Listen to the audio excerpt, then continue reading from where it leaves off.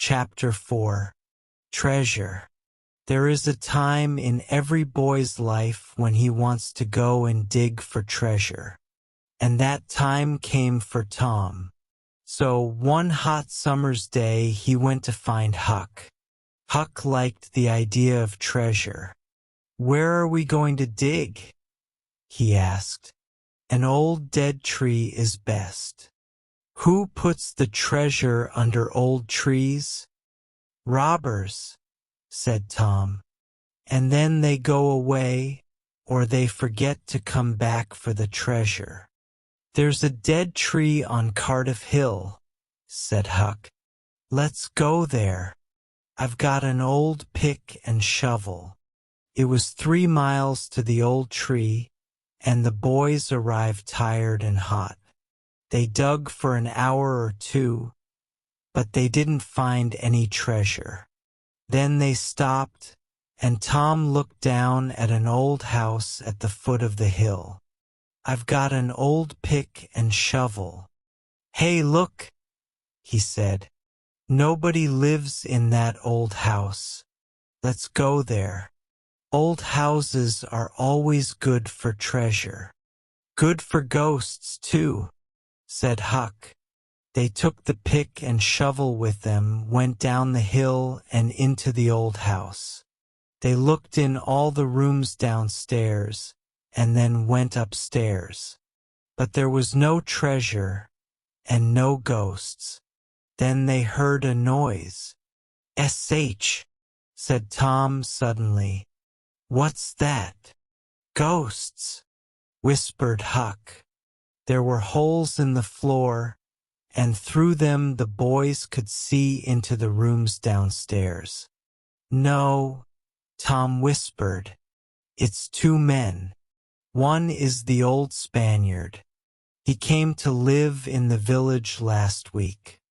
I don't know the other man. Let's listen to them." The 2 men sat down on the floor. The Spaniard had a green hat and long white hair. The other man was small and dark. He took out a bag and began to open it. "It's hot in here," the Spaniard said. He took off his green hat, and then he took off his long white hair. "Tom," Huck whispered upstairs. "That's Injun Joe. We took $650 when we robbed that house," said the second man. He took some money out of the bag. "We can take $50 with us now." "What are we going to do with the 600? "Leave it here," said Injun Joe. "We can come back and get it next week. Here, give me the bag." He walked across the room to the fireplace, moved 2 big stones from the floor, and began to dig with his knife. Upstairs, the 2 boys watched excitedly. Treasure. $600 of wonderful treasure. Injun Joe stopped digging. "Hello, what's this?" he said.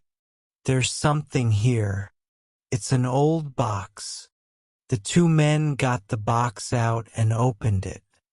"It's money," said Injun Joe's friend. Injun Joe put his hand into the box. "There are thousands of dollars here," he said, and the 2 men looked at the money with happy smiles. "But who?" began Injun Joe's friend. "Don't ask," Injun Joe said. "It's our money now." "We can't take it with us today," said his friend. "What can we do with it?" "Put it back under the floor." "Yes," said Injun Joe. Happy faces upstairs. "No, very unhappy faces upstairs. Let's put it under the cross. Nobody goes there. We can take it there tonight." When night came, the 2 men carried all the money away. The boys did not go after them because they were afraid of Injun Joe, but they wanted very much to find that cross. For a week the two boys thought and thought about the treasure. It was under the cross, but where was the cross? In St. Petersburg the boys watched the Spaniard carefully, but they didn't see a cross, and they didn't find the treasure.